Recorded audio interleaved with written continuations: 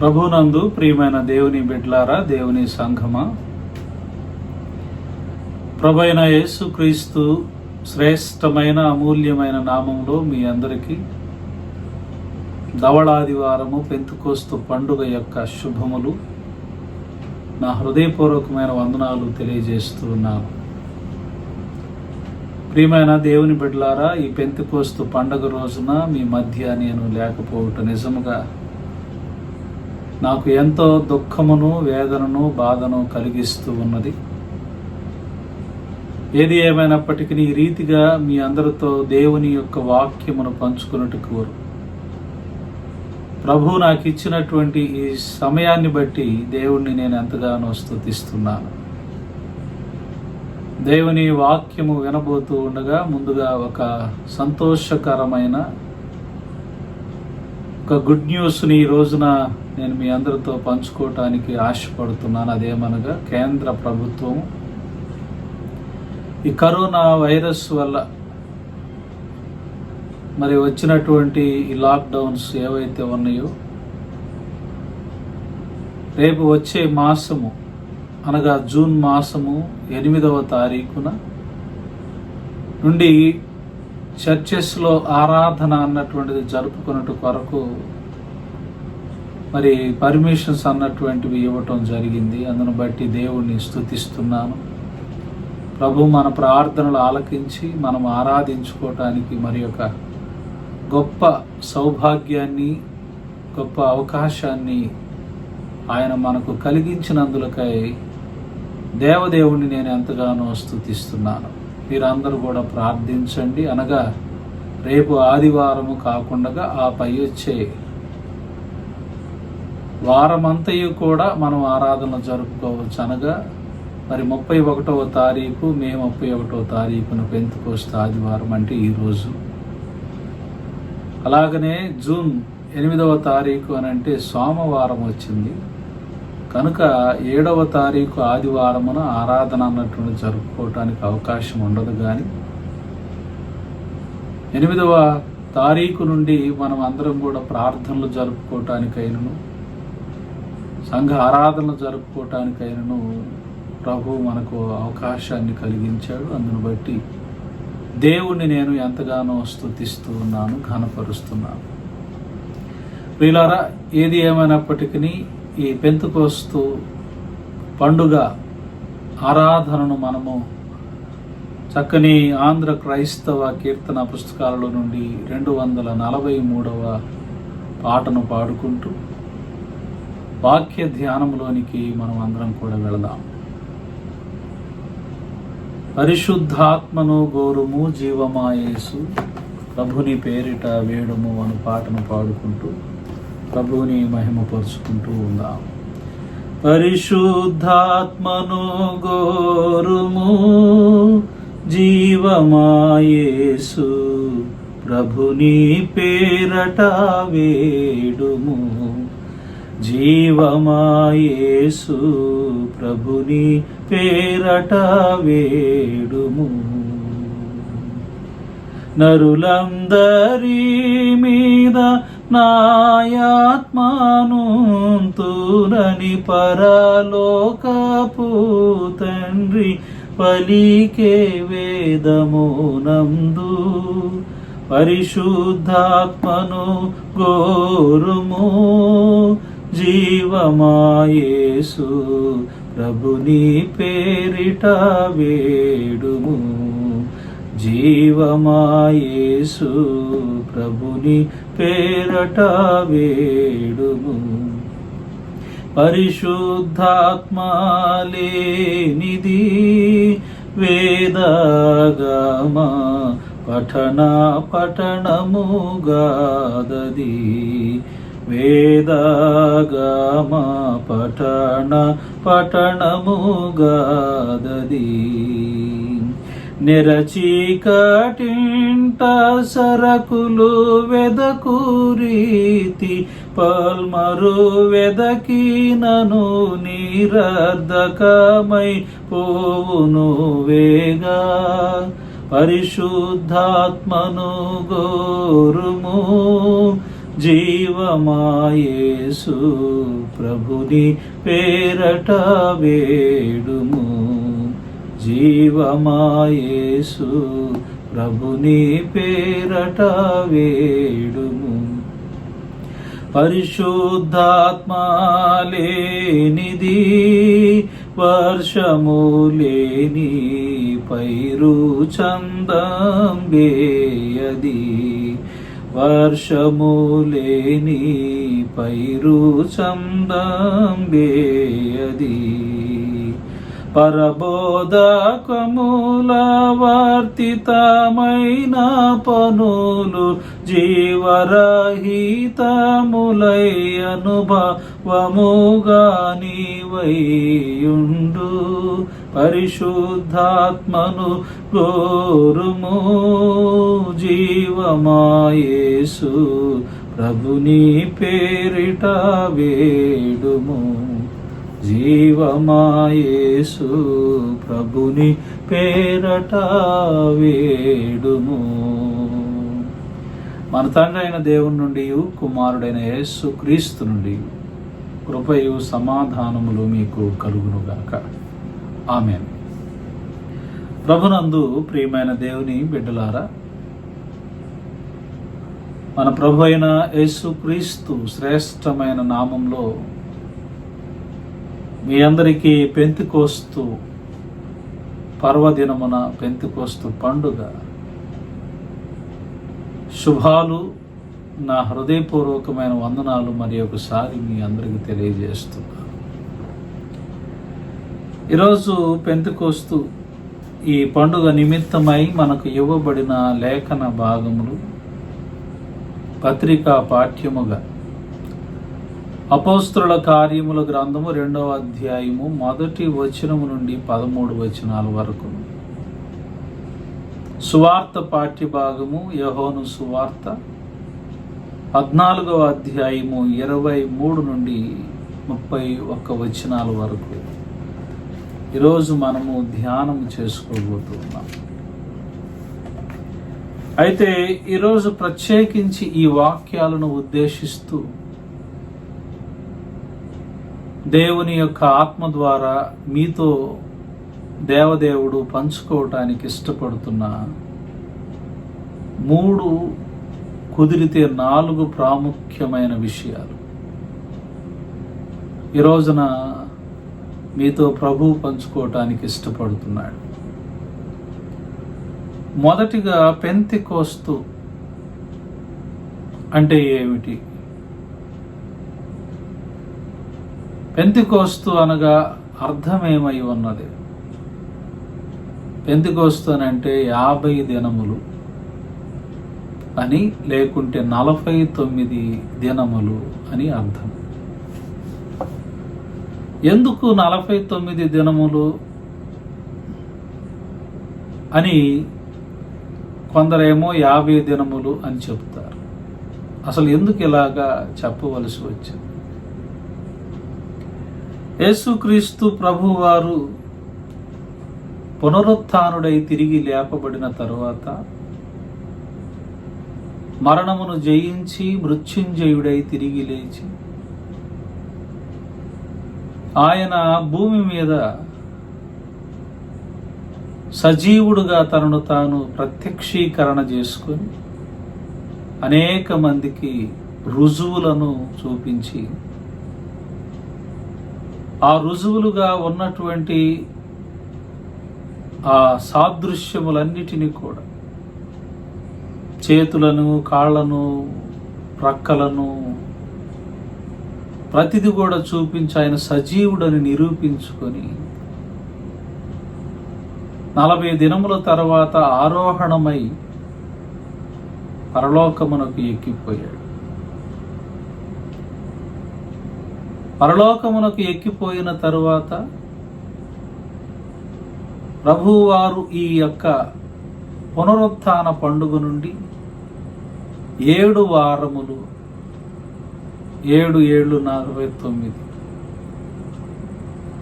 ఈ 49 దినముల తర్వాత 49వ రోజు పరిశుద్ధాత్ముడు దిగి వచ్చిన రోజు. అందుకని ఈ 50-49 అనేటువంటి మీమాంసలో కొందరు పెంతెకోస్తుని వర్ణిస్తారు. సరే, ఏది ఏమైనప్పటికీ కూడా ప్రియులారా, ఈ పెంతెకోస్తు అనేటువంటి ఈ పదానికి ఇంకొకటి ఏమిటంటే వారముల పండగ అని కూడా అంటారు. దీన్ని హిబ్రూలో షావోట్ అని పిలిచారు. షావోట్ అనేటువంటి పేరుకి ఏంటి అని అంటే వీక్స్ అనగా వారములు, 7 వారములు పండగ. 7 వారాల పాటు ఇశ్రాయేలు ప్రజలు పండుగ ఆచరించి ఆ 7వ వారములో ప్రభువుని ఘనపరిచేటువంటి పండుగ. దీన్ని పెంతెకోస్తు మహాపర్వదినము అని అంటారు. అయితే ఇప్పుడు పెంతెకోస్తు రోజున ఏమి జరిగింది, అసలు ఇది ఎందుకు ఈ రోజున క్రైస్తవ సమాజానికి అంత ప్రాముఖ్యమైనటువంటిది? ఈ పెంతెకోస్తు ఈ పర్వదినమున దేవుడు తాను చెప్పినట్లుగా, తాను ప్రకటించినట్లుగా, తాను వినిపించినట్లుగా ఆయన చేసిన వాగ్దానములన్నిటినీ కూడా నెరవేర్చబడినటువంటి రోజు ఈరోజు. ఇందాకలో మనము పాట పాడుకున్న పరిశుద్ధాత్మను గోరుము జీవమా యేసు ప్రభుని పేరట వేడుము. పరిశుద్ధాత్మ మరి ప్రజలందరి మీద ఆయన ఆత్మను ఉంచుతానని పరలోకపు తండ్రి వాగ్దానము చేసినటువంటి రోజు. అంటే యోహాను భక్తుడు ఈ రోజున మనకిచ్చినటువంటి వాక్యములో ఒక చక్కని మాట ఏమిటి అని అంటే 14వ అధ్యాయం యోహాను సువార్తలు 25వ వచనం నుండి చూస్తుంటే, నేను మీ యొద్ద ఉండగానే ఈ మాటలు మీతో చెప్పి తిని, ఆదరణకర్త అనగా తండ్రి నా నామమున పంపబోవు పరిశుద్ధాత్మ సమస్తమును మీకు బోధించి నేను మీతో చెప్పిన సంగతులన్నిటినీ మీకు జ్ఞాపకము చేయును. ఎవరట అయినా? పూర్వపు వారాలలో నేను మీకు పరిశుద్ధాత్మ యొక్క విశిష్టతలు చెప్పాను. ఈ రోజున చెప్తున్నటువంటి ఒక చక్కని మాట ఏమిటంటే, తండ్రి నా నామమున పంపబోవు పరిశుద్ధాత్మ సమస్తము మీకు బోధించి నేను ఏ ఏ సంగతులను మీకు ఆజ్ఞాపించుతును వాటన్నిటినీ మీకు జ్ఞాపకము చేస్తాడు. తండ్రి యేసు అనేటువంటి నామమున పంపబోతున్నటువంటి ఆత్మ కృమ్మరింపబడినటువంటి రోజు ఈ పెంతెకోస్తు. ప్రియులారా, ఈ రోజున మనం తెలుసుకోవాలనుకుంటున్నటువంటి విషయం, కృమ్మరింపు అనంటే ఒక రకంగా చెప్పాలి అనంటే పరిశుద్ధాత్మ అభిషేకము, పరిశుద్ధాత్మ బాప్తిస్మము అని పిలిచారు. పరిశుద్ధాత్మ అభిషేకం అన్నటువంటిది దేవుని బిడ్డలుగా, దేవుని ప్రజలుగా ఉన్నటువంటి మన మీద కృమ్మరింపబడినటువంటి పండుగ. దేనికి ఈ ఆత్మ కృమ్మరింపబడింది? ఈ ఆత్మ కృమ్మరింపబడటానికి గల కారణాలు ఏమిటి అని అంటే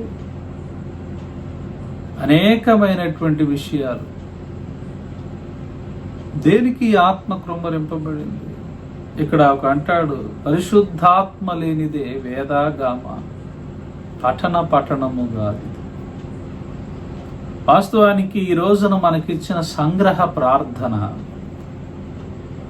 అలాగనే మరి ప్రారంభ గీతమును మనం చదువుతున్నప్పుడు అక్కడ సంగ్రహ ప్రార్థనలో ఈ రీతిగా ఉంటుంది, ఓ దేవా నీవు నీ పరిశుద్ధాత్మను పంపి నీ యందు విశ్వాసముంచు వారి హృదయములను వెలిగించి అని అంటాడు. మొట్టమొదటి విషయం ఏంటంటే తన పరిశుద్ధాత్మను పంపి ఏం చేశాడట? తన యందు విశ్వాసముంచు వారి యొక్క హృదయములను వెలిగించాడు. ఆత్మ రావటం వలన హృదయములు వెలిగింపబడతాయి. అంధకారముతో మందమై ఉన్న మన డెందంబులెల్ల నీ యందు వెలుగొందుటకు ఆత్మ నడుపు సత్యములోనికి ఇప్పుడు. ఆయన వచ్చినప్పుడు అంధత్వము చేత మందముగా ఉన్నాం మనం. అయితే ఆత్మ వచ్చినప్పుడు ఏం చేసిందంటే మనలను వెలిగింపజేసింది. వెలిగింపజేసేటువంటి ఈ ఆత్మ ఎప్పుడైతే వచ్చిద్దో మనము వెలిగింపబడతాం. రెండో విషయం ఏమిటంట, మేము ఆ ఆత్మ వలన సర్వ విషయంలో సరైన రీతిలో గ్రహించుకుంటానికి. సంగ్రహ ప్రార్థనలో ఈ రోజున మనకిచ్చిన ప్రార్థనలో చెప్తాడు, ఆ ఆత్మ వలన సర్వ విషయాలు, సమస్తమైనటువంటి విషయాలన్నీ కూడా ఏం చేస్తామంటే సరి అయినటువంటి రీతిలో గ్రహించుతాం.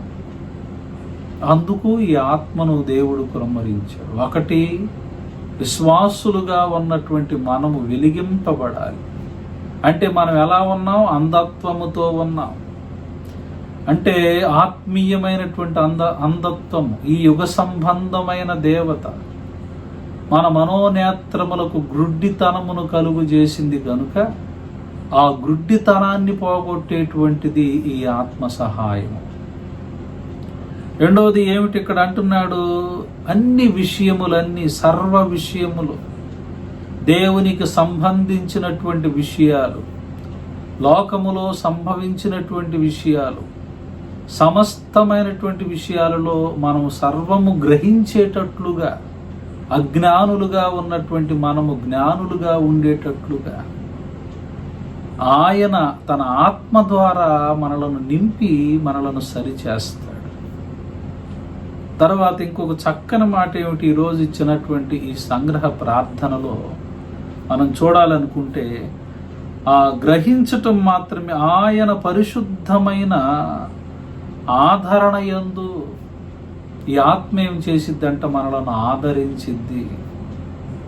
మనలను ఆదరించి మనలను మరి ఎంతో చక్కగా ప్రతి విషయములో ఆదరణ పొందుకునేటట్లుగా. అందుకని ప్రభు అన్నాడు, శాంతి మీకు అనుగ్రహిస్తున్నాను, నా శాంతిని నేను మీకు అనుగ్రహిస్తున్నాను.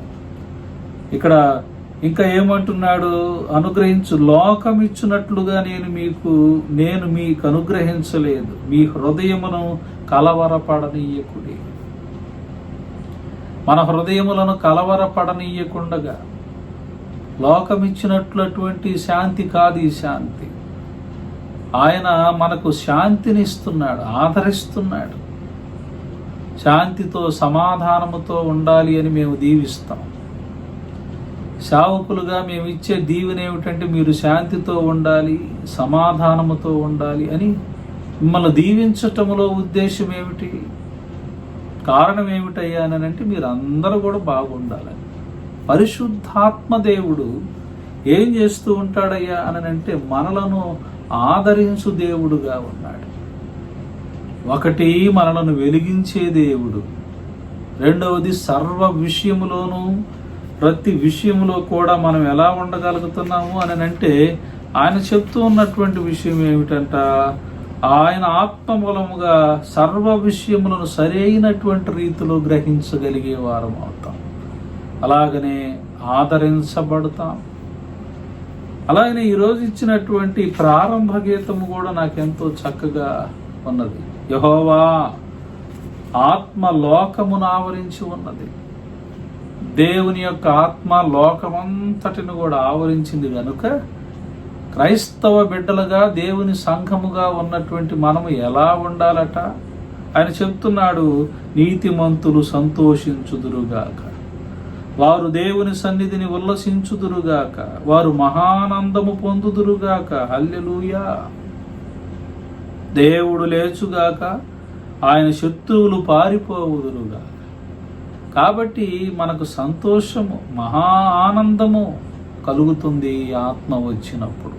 కాబట్టి పరిశుద్ధాత్మ పెంతెకోస్తు అనే పండుగ రోజున ఆయన ఎందుకు కృమ్మరింపబడ్డాడు అని అంటే, మనం వెలిగింపబడటం కొరకు, మనం ఆదరింపబడటం కొరకు, మనం సర్వ విషయాలలో జ్ఞానాన్ని పొందుకోవటం కొరకు. అలాగనే మనము సంతోషంగా ఆనందభరితులముగా ఉండునట్లుగా మన జీవితాలను ప్రభువు కొరకు నడుచుకునేటం కొరకు తన ఆత్మను మనకు అనుగ్రహిస్తున్నాడు. మొదటిగా పెంతుకోస్తు అనగా ఏమిటి, ఎందుకు ఈ ఆత్మను అనుగ్రహించాడు? మూడవ ప్రాముఖ్యమైన విషయం పెంతుకోస్తు పండుగ రోజున జరిగినటువంటి విషయం. ఏమి జరిగింది? మరి అపోస్తలుల కార్యముల గ్రంథము జాగ్రత్తగా ఇక్కడ నుంచి నేను మీతో పంచుకునే విషయాలు జాగ్రత్తగా మీరు ఆలకించాలి. అపోస్తలుల కార్యముల గ్రంథం 2వ అధ్యాయము 1వ వచనము నుండి నేను మీ కొరకు చదివి వినిపిస్తాను. జాగ్రత్తగా వినండి. పెంతెకోస్తు పండుగ దినము వచ్చినప్పుడు అందరూ ఒక చోట కూడి ఉండిరి. అప్పుడు వేగముగా వీచు బలమైన గాలి వంటి ఒక ధ్వని అకస్మాత్తుగా వారు కూర్చుండి ఉన్న ఇల్లంతయు నిండారు. మరియు అగ్ని జ్వాలల వంటి నాలుకలు విభాగింపబడినట్లుగా వారికి కనబడి వారిలో ఒక్కొక్కని మీద వ్రాలగా అందరూ పరిశుద్ధాత్మతో నిండిన వారై ఆ ఆత్మ వారికి వాక్శక్తి అనుగ్రహించిన కొలది అన్య భాషలతో మాట్లాడసాగిరి. ఆ కాలమున ఆకాశము క్రింద నుండి ప్రతి జనములో నుండి వచ్చిన భక్తిగల యూదులు యెరూషలేములో కాపురముండిరి. ఈ శబ్దము కలుగగా జనులు గుంపులుగా కూడివచ్చి ప్రతి మనుష్యుడు తన తన స్వభాషతో వారు మాట్లాడుట విని కలవరపడిరి. అంతటా అందరూ విభ్రాంతి నొంది ఆశ్చర్యపడి, ఇదిగో మాటలాడుచున్న వీరందరూ గలిలయులు కారా? మనలో ప్రతివాడు తాను పుట్టిన దేశ భాషతో వీరు మాట్లాడుట మనం వినుచున్నామే. ఇదేమి పార్తీయులు, మాదీయులు, ఎలామీయులు, మెసొపొతేమియా, యోదయ, కప్పదోకియ, పొంతు, ఆసియా, పృగియ, పంపూలియా, ఐగుప్తు అను దేశముల యందలి వారు, కురేనే దగ్గర లిబియా ప్రాంతముల యందు కాపురమున్నవారు, రోమా నుండి పరవాసులుగా వచ్చిన వారు, యూదులు, యూదామత ప్రవిష్టులు, క్రేతీయులు, అరాబీయులు మొదలైన మనమందరము వీరు మన భాషతో దేవుని గొప్ప కార్యములను వివరించుట వినుచున్నామని చెప్పుకొని అందరు విభ్రాంతి నొంది ఎటు తోచక ఇదేమగునో అని ఒకరితో ఒకడు ఒప్పుకొని, కొందరైతే వీరు క్రొత్త మద్యముతో నిండి ఉన్నారని అపహాస్యము చేసిరి. దేవుని బిడ్డలారా, నాకు ఈ సబ్జెక్ట్ చాలా ఇంట్రెస్టింగ్ అయినటువంటి సబ్జెక్ట్. ఎందుకు అని అంటే, ఈ విషయాన్ని నేను అనేక సందర్భాలలో చెప్పాను. ప్రస్తుత కాలము పెంతెకోస్తు సంఘాలు ఉన్నాయి. వారి సంఘములను విమర్శించేటువంటి హక్కు ఎవరికి లేదు. అయితే పెంతెకోస్తు యొక్క పండుగ రోజు జరిగిన భాషల యొక్క తీరు, భాషల యొక్క విధానం ఎలాగా ఆకాశము నుండి అకస్మాత్తుగా మరి అగ్ని జ్వాలల వంటి నాలుకలు విభాగింపబడినట్లుగా వచ్చి వారి మీద వ్రాలి. అలాగానే జరిగిన విషయం ఏమిటనంటే, వారందరూ పరిశుద్ధాత్మతో నిండిన వారై ఆ ఆత్మ వారికి వాక్శక్తి అనుగ్రహించిన కొలది అన్య భాషలతో మాట్లాడసాగిరి. అన్య భాషలు అనేటువంటి ఈ పదానికి సంపూర్ణమైనటువంటి అర్థం ఏమిటి అని ఆలోచన చేస్తే, గ్రీక్లో గ్లోసోలాలియా అని పిలిచారు. జాగ్రత్తగా వినాలి.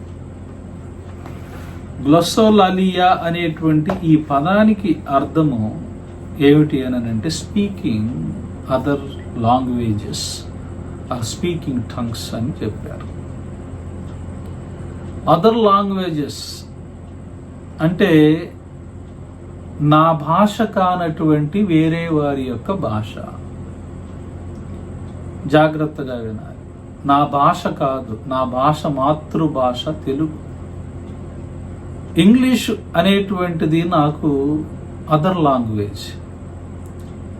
నా భాష తెలుగు. హిందీ అనున్నటువంటిది other language. Tamil other language. Kannada other language. ఇప్పుడు దీనికి ఉన్నటువంటి ఇంకొక విషయం ఏమిటి అని అంటే ఇతర భాషలతో మాట్లాడుట. గ్లొస్సో లలియా అనేటువంటి ఈ పదానికి సంపూర్ణమైనటువంటి అర్థం ఏంటంటే ఇతర భాషలలో మాట్లాడటం. రెండవ విషయం ఏంటంటే స్పీకింగ్ టంగ్స్, భాషలు మాట్లాడటం. దీనిని రెండు రకాలుగా చెప్పుకొచ్చారు భక్తులు. చెప్పినటువంటివి ఏంటంటే ఒకటి పాక్షికమైన భాషలు, రెండవది దేవదూతల భాషలు. పాక్షిక లేకపోతే పార్షియల్ టంగ్స్ అని పిలిచారు. రెండోది ఏంటి అని అంటే హెవెన్లీ టంగ్స్ అని పిలిచారు. పార్షియల్ టంగ్ అనేటువంటి ఈ పదానికి అర్థం ఏమిటి అనంటే నేను మాట్లాడనటువంటి భాష నా ఎదురు ఉన్నటువంటి వారు మాట్లాడుతున్నప్పుడు వారికి అర్థమయ్యే రీతిలో చెప్పేటువంటిది. మరి ఒకసారి చెప్తున్నా, జాగ్రత్తగా వినాలి. నేను మాట్లాడనటువంటి భాష, నా భాష తెలుగు, నా ఎదురున్నవాడు ఇంగ్లీషు వాడు, అతనికి నేను అర్థమయ్యే రీతిలో చెప్పటం, ప్రవచించటం. హెవెన్లీ లాంగ్వేజెస్ అంటే అర్థం ఏమిటి?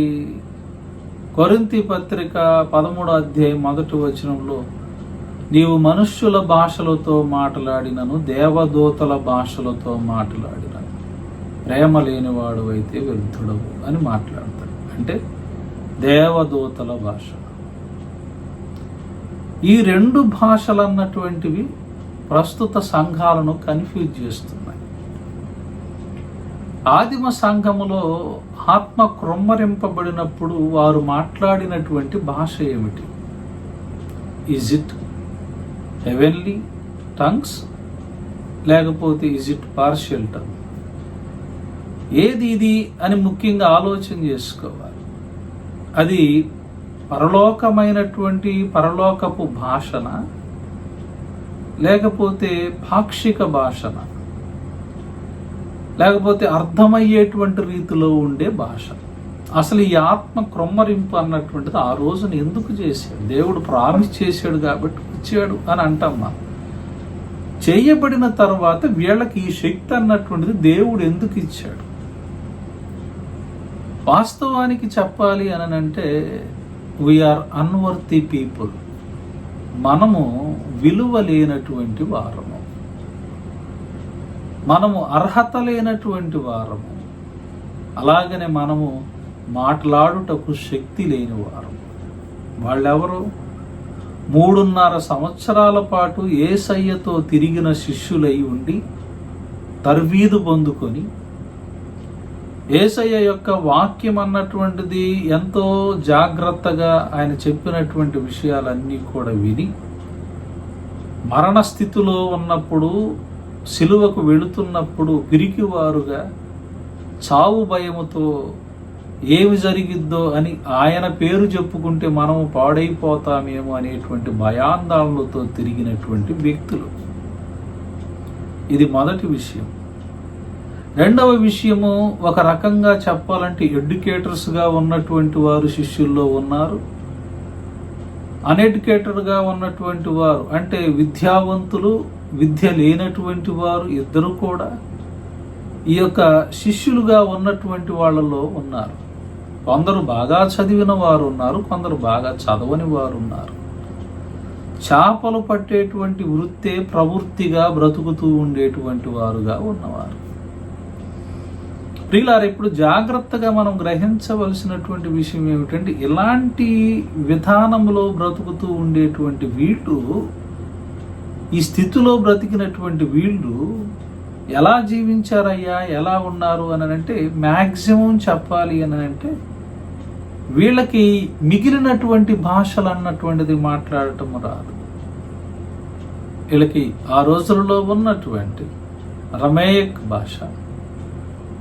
అప్పుడు ఈ రోమన్స్గా ఉన్నటువంటి వారు, కైసరు, ఈ ఐగుస్తు ఇలాంటి వాళ్ళు వచ్చినప్పుడు వాళ్ళకు సంబంధించినటువంటి కొంత భాషలు, అక్కడక్కడ వాళ్ళకు సంబంధించినటువంటి భాషలు, వారికి సంబంధించిన లాంగ్వేజెస్ ఏమో ఒకవేళ వస్తే వచ్చి ఉండొచ్చునేమో, కానీ వీళ్ళకి ఇతర భాషలు అన్నటువంటివి మాత్రము రా. ఇప్పుడు ఈ పరిస్థితుల్లో ఉన్నటువంటి వీరిని దేవుడు వాడుకోవటానికి చూస్తున్నాడు. వీళ్ళకి అంతకుముందు ఈ భాషలన్నీ ఏమన్నా ఆయన ఆ తర్బీదు అన్నటువంటిది ఏమన్నా ఇచ్చాడా, నేర్పాడా? ఇదిగో ఇలా నేర్చుకోండి, ఈ భాష నేర్చుకోండి, ఈ భాష నేర్చుకోండి అని అన్నాడా? ఏమీ అనలేదు. ఇప్పుడైతే జరిగినటువంటి విషయం ఏమిటి అని అంటే 4వ వచనం జాగ్రత్తగా వినాలి. అపోస్తుల కార్యము 2వ అధ్యాయము 4వ వచనం చూస్తున్నప్పుడు, అందరూ పరిశుద్ధాత్మతో నిండిన వారై ఆ ఆత్మ వారికి వాక్శక్తి అనుగ్రహించిన కొలది అన్య భాషలతో మాట్లాడసాగిరి. అన్య భాషలు అనగా అర్థం ఏమిటి? అన్య భాషలతో మాట్లాడుట అంటే నాది కానటువంటి భాషలో వారు మాట్లాడుతున్నారు. ఇంకా క్లియర్గా మనకు అర్థం కావటం కొరకు ఇక్కడ జాగ్రత్తగా వింటే 5వ వచనము 6వ వచనాన్ని చదువుతున్నప్పుడు, ఆ కాలమున ఆకాశము క్రింద నుండి ప్రతి జనములో నుండి వచ్చిన భక్తి గల యూదులు యెరూషలేములో కాపురముండిరి. తరువాత ఇక్కడ చూస్తే, ఈ శబ్దము కలుగగా జనులు గుంపులుగా కూడి వచ్చి ప్రతి మనుష్యుడు తన తన స్వభాషతో వారు మాట్లాడుట విని కలవరపడిరి. Underline this point. ప్రతి మనుష్యుడు ఏం చేస్తున్నాడంట? తన తన స్వభాషతో వీరు మాట్లాడుట, వారు మాట్లాడుట విని కలవరపడ్డారట. ఇది ఆత్మ నింపుదల రోజున జరిగినటువంటి ప్రత్యేకత. మీకు అర్థమైందని నేను అనుకుంటున్నా. అర్థం కాకపోతే మరలా ఇంకోసారి చెప్తా. వీళ్ళు చేసినటువంటి పని ఏమిటి అని అంటే, ఎవరిని విమర్శించటల్లా, ఉన్న వాక్యాన్ని వాక్యముగానే మనం చూడాలి. అది జాగ్రత్తగా వినాలి. ఏ ఒక్క వ్యక్తిని విమర్శించటానికి ఎవరికి అర్హత లేదు, రైట్ కూడా లేదు. అయితే వాక్యమును వాక్యముగానే మనం చూస్తున్నప్పుడు ఇక్కడ మనకు కనపడుతున్నటువంటి విషయం ఏమిటి? దీని విషయంలో వితండవాదములు కూడా అవసరం లేదు. జాగ్రత్తగా మనం వినాలి. ఏమి వినాలి ఇక్కడ అని మనం ఆలోచన చేస్తే, అక్కడ అంటాడు, ప్రతి మనుష్యుడు తన తన స్వభాషలతో వారు మాట్లాడుట విని కలవరపడ్డు. ప్రతి మనుష్యుడు ఏంటంట? తమ తమ స్వభాషలతో. అంటే ప్రతి మనుష్యుడు పెంతెకోస్తు పండుగ రోజున జనులందరూ దేవుణ్ణి ఆరాధించటానికి వచ్చారు. ఎవరు వచ్చినటువంటి వాడు? ఇక్కడ చూస్తే జాగ్రత్తగా మనం గ్రహించాలి. ఇక్కడ చూస్తే ఏమిటంట? మాట్లాడుచున్నటువంటి వీరు గలిలయులు కారా?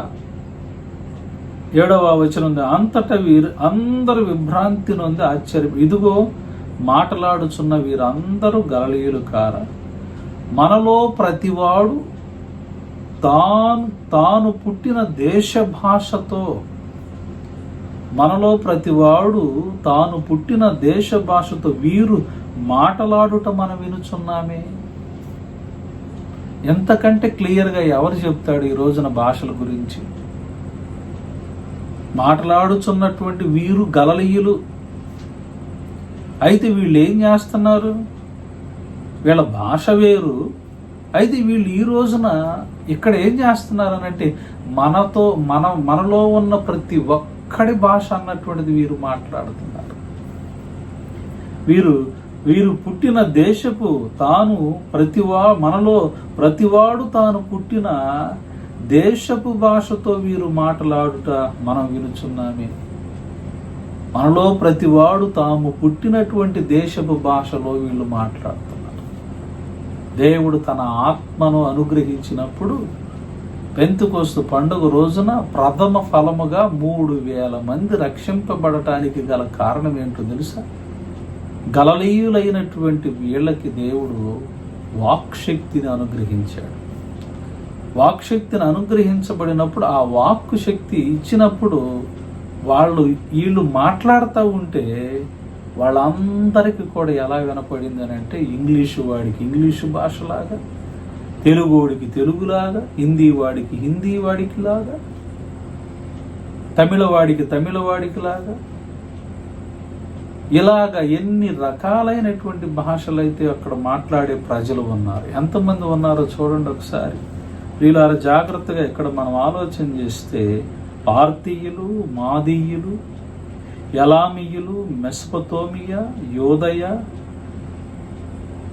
కప్పదోకియా, పొంతు, ఆసియా, పృగియా, పంపూలియా, ఐగుప్తు అను దేశముల యందలి వారు, కురేనే దగ్గర లిబియా ప్రాంతముల యందు కాపురమున్నవారు, రోమా నుండి పరవాసులుగా వచ్చిన వారు, యూదులు, యోధామత ప్రవిష్టులు, క్రేతీయులు, అరాబీయులు మొదలైన మనమందరము వీరు మన భాషలతో దేవుని గొప్ప కార్యములను వివరించుట వినుచున్నామని చెప్పుకుని 17 రకాల భాషలు మాట్లాడే జనులు అక్కడ ఉన్నారు. వీళ్ళు మాట్లాడగానే వాళ్ళందరికీ కూడా దేవుని వాక్యం క్లియర్ కట్గా అర్థమయ్యింది. మరి చాలామంది ఈ రోజుల్లో భాషలు మాట్లాడుతున్నారు. కూర్చున్న ఎవరికి అర్థమవుతుంది? ప్రియులారా, జాగ్రత్తగా మనం గమనిస్తూ ఉన్నప్పుడు అపోస్తలుల కార్యముల గ్రంథంలో 1 కొరింథీ పత్రిక 12వ అధ్యాయము 1 కొరింథీ పత్రిక 12వ అధ్యాయాన్ని మనం చూస్తే 4 నుండి 10 వచనాల వరకు చదువుతున్నాను. కృపావరములు నానా విధములుగా ఉన్నవి గాని ఆత్మ ఒక్కడే, మరియు పరిచర్యలు నానా విధములుగా ఉన్నవి గాని ప్రభువు ఒక్కడే, నానా విధములైనటువంటి కార్యములు కలవు గాని అందరిలోనూ అన్నిటిని జరిగించు దేవుడు ఒక్కడే. ఇక్కడ నుంచి జాగ్రత్తగా మనం వినాలి. అయినను అందరి ప్రయోజనము కొరకు ప్రతి వానికి ఆత్మ ప్రత్యక్షత అనుగ్రహింపబడి ఉన్నది. ఎలయనగా ఒకనికి ఆత్మ మూలముగా బుద్ధివాక్యమును, మరి ఒకనికి ఆ ఆత్మను అనుసరించిన జ్ఞానవాక్యమును, మరి ఒకని ఆ ఆత్మ వలననే విశ్వాసమును, మరి ఒకని ఆత్మ వలననే స్వస్థపరుచు వరములను, మరి ఒకనికి అద్భుత కార్యములు చేయు శక్తి, మరి ఒకనికి ప్రవచన వరము, మరి ఒకనికి ఆత్మల వివేచనయు, మరి ఒకనికి నానావిధ భాషలను, మరి ఒకనికి భాషల అర్థము చెప్పు శక్తియు అనుగ్రహింపబడి ఉన్నది. నానావిధ భాషలు మాట్లాడగలిగేవారు ఉన్నారు. మన ముందే మన దేశంలోనే చాలా మంది ఉన్నారండి. మనకు తెలిసిన ఫ్రెండ్స్ కూడా ఉన్నారు.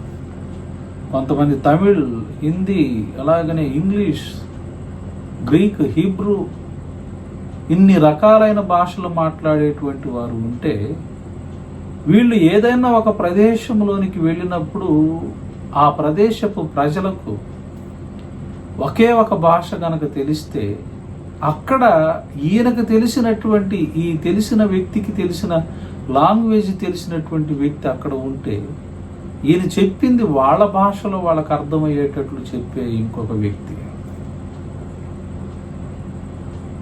దీనిని మనోళ్ళు చాలామంది ఏమంటారంటే ఇది భాషలు ఉన్నవి, హెవెన్లీ, దేవుని యొక్క ఆత్మ సంబంధముగా హెవెన్లీ టంగ్స్ ఉన్నాయి అని చెప్పాను నేను ఇందాక. పార్షియల్ టంగ్స్ ఉన్నాయి, హెవెన్లీ టంగ్స్ ఉన్నాయి. అయితే దాని గురించి ఏమంటాడు పౌలు భక్తుడు? ఈ భాషలు ఇలా వివరించి చెప్పగలిగేటువంటిది ఆత్మ ద్వారానే జరిగిద్ది. ఒకడు ఒక భాషలో మాట్లాడితే దాన్ని తర్జుమా చేసి చెప్పగలిగేటువంటి, ట్రాన్స్లేట్ చేసి చెప్పగలిగేటువంటి అవకాశము ఇంకొక వ్యక్తికి ఇవ్వబడింది. ఇవన్నీ ఆత్మ ద్వారానే జరగబడతాయి. అయితే పక్కనే ఉన్నటువంటి 14వ అధ్యాయంలో చూస్తున్నప్పుడు 4వ వచనం నుండి పౌలు భక్తుడు చాలా మంచి విషయాలు చెప్తాడు. ఇవన్నీ కూడా నేను మీ కొరకు చదువుతాను, జాగ్రత్తగా వినండి. భాషతో మాట్లాడువాడు, మీరు కూడా బైబిల్ తీసి అనుసరించండి, లేకుంటే బోర్ కొట్టింది. భాషతో మాట్లాడువాడు తనకే క్షేమాభివృద్ధి కలుగు చేసుకును గాని ప్రవచించువాడు సంఘమునకు క్షేమాభివృద్ధి కలుగు చేయదు. భాషతో మాట్లాడేవాడు తనకు క్షేమాభివృద్ధిని కలుగు చేసుకుంటాడు. అయితే ప్రవచించేవాడు అంటే వాక్యాన్ని చెప్పేవాడు, ప్రవచించి వాక్యాన్ని ప్రవచించేటువంటి వాడు వల్ల సంఘమునకు క్షేమము.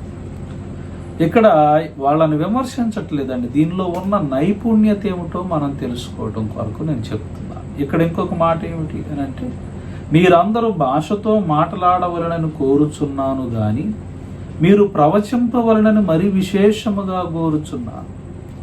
భాషతో మాట్లాడాలని కోరుకుంటున్నాను కానీ పౌలు అంటున్నాడు ఈ మాటలు. అయితే మరి విశేషంగా నేను కోరుకుంటుంది ఏంటంటే మీరు అందరూ ప్రవచించాలి. ఎందుకు అంటున్నాడు, సంఘ క్షేమాభివృద్ధి పొంది నిమిత్తము భాషలతో మాట్లాడువాడు అర్థము చెప్పితేనే గాని వానికంటే ప్రవచించువాడే శ్రేష్ఠుడు. భాషలతో మాట్లాడితే సరిపోదు. సంఘ క్షేమాభివృద్ధి అనేటువంటిది కోరుకున్నటువంటి వాడు దానిని వివరించి చెప్పాలి. పాటలు పాడతారు, పెంతుకొస్తూ సభలో ఇలాంటి వాటిని నేను అప్పుడప్పుడు వెళ్ళి కూర్చున్నప్పుడు చూసింది, నేను గ్రహించింది ఏమిటి అని అంటే, పాటలు పాడేటప్పుడు చాలా వాళ్ళకి ఆత్మ వచ్చేస్తుంది. ఆ సౌండ్ సిస్టము, ఆ మ్యూజిక్ వల్ల దేవుని ఆత్మతో పారవశ్యం చెందుతూ పాటలు పాడతారు. అసలు వాళ్ళకున్న పారవశ్యాన్ని చూస్తే నిజంగానే దేవుడు అక్కడ దిగేడేమో అన్నట్లుగా ఉంటుంది. ఆ టైంలో ఆ పాటలు పాడుతున్నప్పుడు విస్తరించిపోయి విస్తారమైనటువంటి టంగ్స్ మాట్లాడతారు. మాట్లాడిన తర్వాత ఆ టంగ్స్ వచ్చినప్పుడు దాని యొక్క అర్థం ఏమిటో వాళ్ళు అసలు చెప్పరు. వాళ్ళు అసలు ఎందుకు చెప్పరో, మరి దేని కొరకు చెప్పరో తెలియదు. తర్వాత మళ్ళీ అయిపోయిన తర్వాత అందరూ కూర్చోండి అంటారు, వాక్యం తీసుకుని వాక్యం చెబుతారు. మరి ఆ టంగ్స్ మాట్లాడేటప్పుడు దానికి ఉన్న ప్రత్యేకత ఏమిటి? ఇప్పుడు ఎందుకు వచ్చింది ఈ రోజున? పెంతుకోస్తు అనేటువంటి ఈ పండుగ రోజున, జాగ్రత్తగా వింటున్నారు, పెంతుకోస్తు అనే పండుగ రోజున ఆత్మ వచ్చి రాలగా వాళ్ళు అన్య భాషలు మాట్లాడారు, అందరూ వాక్యం విన్నారు, 3,000 మంది రక్షింపబడ్డారు. ఇప్పుడు ఈ రోజున పాట పాడుతున్నప్పుడు ఆత్మ వచ్చేసిద్ది, విస్తరించిపోయి ఇక పరిశుద్ధాత్మలో నింపుదలలో నింపబడి అనేక భాషలు మాట్లాడిన తర్వాత ఆ తర్వాత అయిపోయిన తర్వాత ఇంకా మళ్ళా భాషలు అన్నటువంటిది ప్రార్థన చేసి కూర్చోబెట్టాక అప్పుడు మామూలు దేవుని వాక్యాన్ని తీసి చెబుతారు. మరి ఇదేందో నాకు అర్థం కావట్లేదు. పాట పాడినప్పుడే భాష మాట్లాడుతున్నప్పుడు ఆ భాషలోనే వాక్యం ఎందుకు చెప్పలేకపోయారు?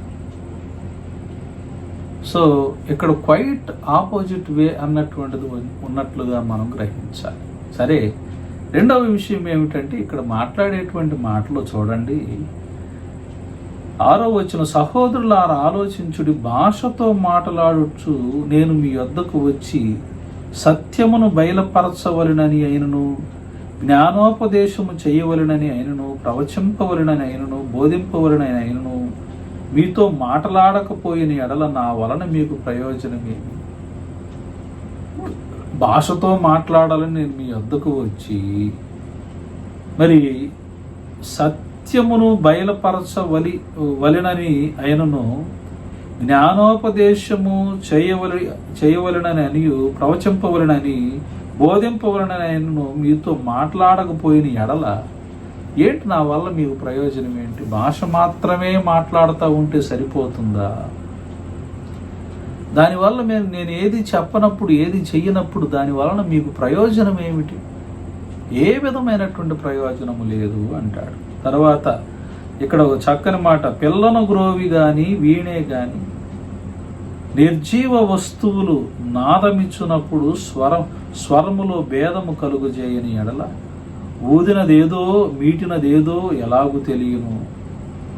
మరియు బోర స్పష్టము కాని ధ్వని ఇచ్చినప్పుడు యుద్ధమునకు ఎవడు సిద్ధపడును. అలాగే మీరు స్పష్టమైన మాటలు నాలుకతో పలికితేనే గాని పలికినది ఎలాగూ తెలియను. మీరు గాలితో మాట్లాడుచున్నట్టు లోకమందు ఎన్నో విధములకు భాషలు ఉన్నను, వాటిలో ఒకటైనను స్పష్టము కానిదై ఉండదు. లోకములో ఎన్నో పౌలు చాలా చక్కని క్లారిటీ అన్నటువంటిది భాషలకు అనుగ్రహించాడు.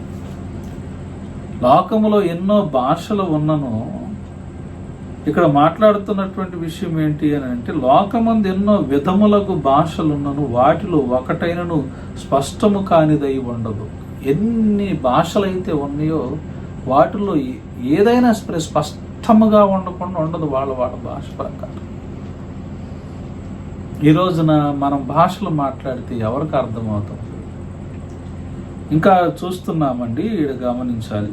11వ వచనం, మాటలు అర్థము నాకు తెలియకుండిన ఎడల మాటలాడు వానికి నేను పరదేశిగా ఉండు. మాటలాడువాడు నాకు పరదేశిగా ఉండు.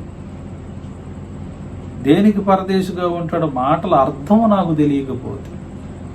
షబర బర బర బర బర అంటారు, అందర బర బర బర బర బర, గ్లోరీ గ్లోరీ గ్లోరీ అని మాట్లాడుతారు. ఇప్పుడు షబరబరబరబరబ అందరబరబరబరబ అనేసి దేవుణ్ణి స్తుతిస్తూ ప్రార్థన చేస్తున్నప్పుడు నేను మాట్లాడినటువంటిది బాగుంది, బాగలేదని అంటలేదు, కానీ బాగుంది. దానివల్ల నీకు అర్థం ఏమైంది? దానివల్ల నువ్వు పొందుకున్నటువంటి అర్థం ఏమిటి? అప్పుడు నువ్వు నాకు అన్యుడుగానే ఉంటావే కానీ ఏదో మాట్లాడుతున్నాడు ఈయన, మాకేం అర్థం కావట్లేదు అని అనుకుంటామే, కానీ దాని యొక్క విశిష్టత ఏమిటో మనం తెలుసుకోలేము కదా. వీళ్ళారా గమనించాలండి. తర్వాత 12వ వచనం, మీరు ఆత్మ సంబంధమైన వరముల విషయమై ఆసక్తి గలవారు గనక సంఘమునకు క్షేమాభివృద్ధి కలుగు నిమిత్తము అవి మీకు విస్తరించినట్లు ప్రయత్నం చేయి. భాషతో మాట్లాడువాడు అర్థము చెప్పు శక్తి కలుగుటకై ప్రార్థన చేయవలెను. నేను భాషతో ప్రార్థన చేసిన ఎడల నా ఆత్మ ప్రార్థన చేయను గాని నా మనస్సు ఫలవంతముగా ఉండదు. అర్థము చెప్పువాడుగా ఉండాలి. కాబట్టి ఆత్మతో ప్రార్థన చేతును, మనస్సుతో ప్రార్థన చేతును, ఆత్మతో పాడుదును, మనస్సుతో పాడుదును. ఇప్పుడు చేయబట్టం లేని ఎడల నీవు ఆత్మతో స్తోత్రము చేసినప్పుడు ఉపదేశము పొందని వాడు నీవు చెప్పు దానిని గ్రహింపలేడు గనుక నీవు కృతజ్ఞతాస్తుతులు చెల్లించినప్పుడు ఆమెన్ అని వాడెలాగు పలుకును? నువ్వు ఆత్మతో పాడిపోతున్నప్పుడు నువ్వు ఏం చెప్తున్నావో అర్థం కానప్పుడు ఆమెన్ అని ఎలా చెప్తాడు? కనుక ఇప్పుడు చెప్తున్నాను, నీవైతే బాగుగానే కృతజ్ఞతాస్తుతులు చెల్లించుచున్నావు కానీ ఎదుటివాడు క్షేమాభివృద్ధి పొందడు. నీవైతే ఆత్మతో నింపబడి ఎన్ని రకాల భాషలు నీకు వస్తే అన్ని రకాల భాషలు నువ్వు మాట్లాడుతున్నావు. ఈ రోజున ఇలాగ చెప్తున్నానని కాదండి, అంటే వాళ్ళు ఒక దేవుని చేత నింపబడినటువంటి వాళ్ళలాగా, దేవుని చేత బలము పొందుకున్నటువంటి వాళ్ళకలాగా వాళ్ళను వాళ్ళు ప్రజెంటేషన్ చేసుకుంటున్నారే కానీ ఎదుట ఉన్నటువంటి వాడి ఆత్మకు ఏ విధమైన సహాయం చేయగలుగుతున్నారు? ప్రియ సంఘమా, ప్రియమైన దేవుని బిడ్డలారా, ఇక్కడ నుంచి జాగ్రత్త. నేను మీ అందరికంటే ఎక్కువ భాషలతో మాట్లాడుచున్నాను, అందుకు దేవుణ్ణి స్తుతించదు. ఆయనను సంఘముల్లో భాషలో 10,000 మాటలు పలుకుట కంటే ఇతరులకు బోధ కలుగునట్లు నా మనస్సులో 5 మాటలు పలుకుట మేలు. 10,000 మాటలు సంఘానికి మరి భాషలతో 10,000 మాటలు మాట్లాడుట కంటే 5 మాటలు మాట్లాడినా చాలు. ప్రియమైన దేవుని బిడ్డలారా, 21వ వచనం నుండి 20వ వచనం, సహోదరులారా మీరు బుద్ధి విషయమై పసిపిల్లలు కాక దుష్టత్వము విషయమై శిశువులుగా ఉండుడి. బుద్ధి విషయమై పెద్దవారులై ఉండుడి.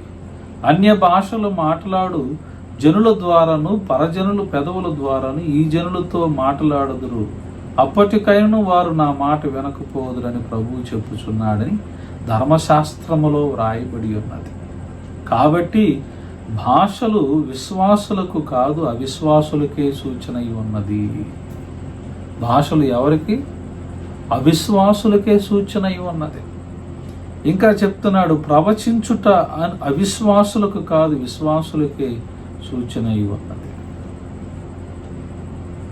ఇంకా ఇలా చెప్పుకుంటూ పోతే చాలా విషయాలు అన్నటువంటి ఉన్నవి. కాబట్టి ఈ రోజున ఆ రోజున వారికి ఇచ్చినటువంటి ఆ భాష యొక్క విశిష్టత అనేక మంది ఆత్మలను పొందుకో. వాళ్ళు ఏమన్నారు, వీళ్ళేంటి మన భాషలో మాట్లాడుతున్నా? 17 జాతులు,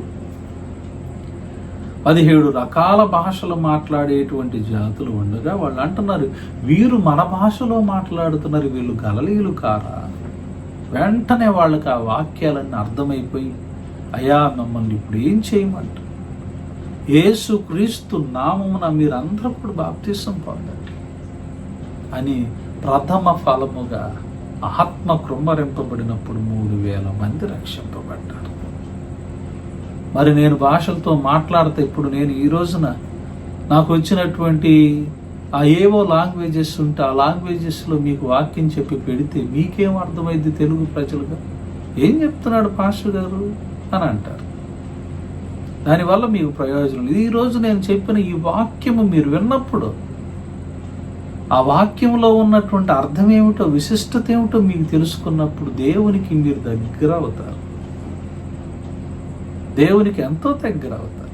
కనుక ప్రియులారా, ఆత్మ నింపబడటం అని అంటే నీ గొప్పతనాలని మేము దైవాంశ సంభూతులమన్న రీతిలో ప్రజలము మోసము చేసేటువంటి విధానంలో మరి చెయ్యుట అన్నటువంటిది కాదు, కానీ దేవుని నామానికి మహిమ తెచ్చేటట్లుగా మరి ప్రయత్నం చేయాలని, అలాగని అనేక మంది వాక్యము విన్నప్పుడు ఆ వాక్యానుసారంగా వారు తెలుసుకొని దేవునికి ఇష్టలైనటువంటి బిడ్డలుగా జీవించాలి. మరి ఈ రోజున దేవుని వాక్యం మనకు చెప్పబడింది, ఆయన ఆత్మ వచ్చుట ద్వారా మనము వెలిగింపబడుతున్నాం. ఆయన ఆత్మ రావటం ద్వారా సర్వ విషయాలలో మనము శక్తిని పొందుకుంటున్నాం. హృదయములను వెలిగించటమే కాకుండా సర్వ విషయాలు సరైన రీతిలో మనం గ్రహిస్తాం. అలాగనే ఆదరింపబడుతున్నాం. ఆయన ఆత్మ ద్వారా మనం ఇంకా ఏంటంటే శాంతి సమాధానాలు పొందుకుంటున్నాం. ఆయన ఆత్మ ద్వారా సంతోషమును,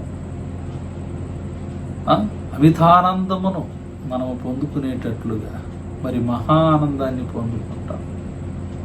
అంధత్వముతో మందమై ఉన్న మన డందములు నింపబడతాయి. అందుకొరకు ఆయన ఆత్మనిచ్చాడే కానీ ఆత్మను ఉపయోగించి విశిష్టమైనటువంటి పనులన్నీ చేస్తూ మరి దేవుని యొక్క నామానికి అవమానం తెచ్చేటట్లుగా మనం ప్రవర్తించకుండా ఉండాలని, ఈ పెంతెకొస్తు రోజున దేవుడు మనల్ని నిత్యము ఆయన యొక్క నడుపుదలలో నింపబడాలని, మనము మన సంఘాలు మన బిడ్డలందరూ కూడా దీవించబడాలని కోరుకుంటూ ఈ వాక్యము నేను ఎంతటితో ముగిస్తాను. దేవుడి వాక్యము మన వినికిడిలో దీవించి ఆశీర్వదించుగాక. ఆమేన్, ఆమేన్, ఆమేన్. ప్రార్థన చేసుకుందామండి. మహాపరిశుద్ధుడా, ప్రేమ కలిగిన తండ్రి, మమ్మల్ని ప్రేమించి నీ ఆత్మను మాకు కృమ్మరించినందులకై వందనాలు. నీ ఆత్మ సహాయము లేకపోతే తండ్రి మేము ఈ రోజున ఏమీ మాట్లాడేవారము కాదు.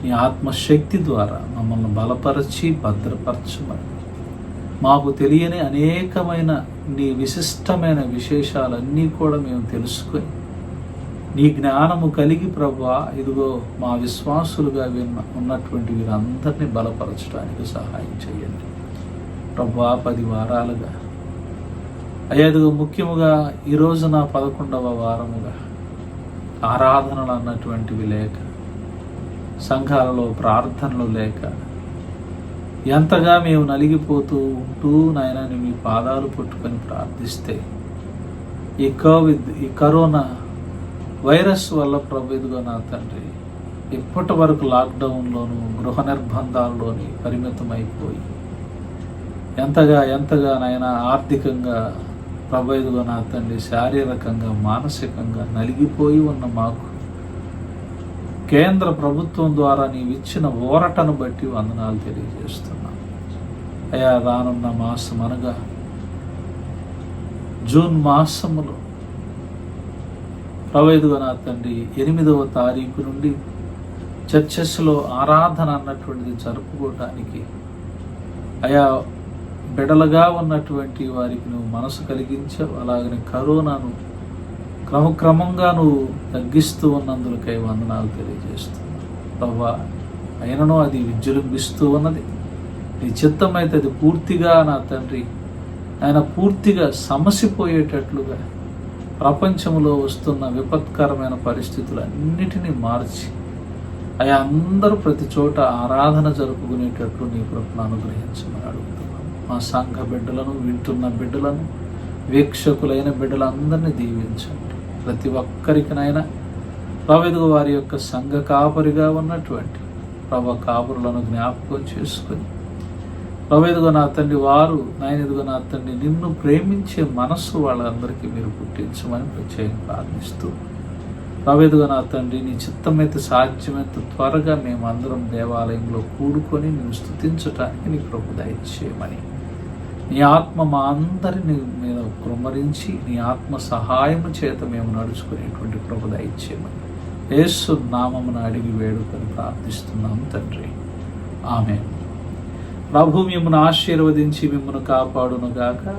ప్రభు మీ మీద తన సన్నిధి కాంతిని ప్రకాశింపజేసి మిమ్మల్ని కరుణించునుగాక.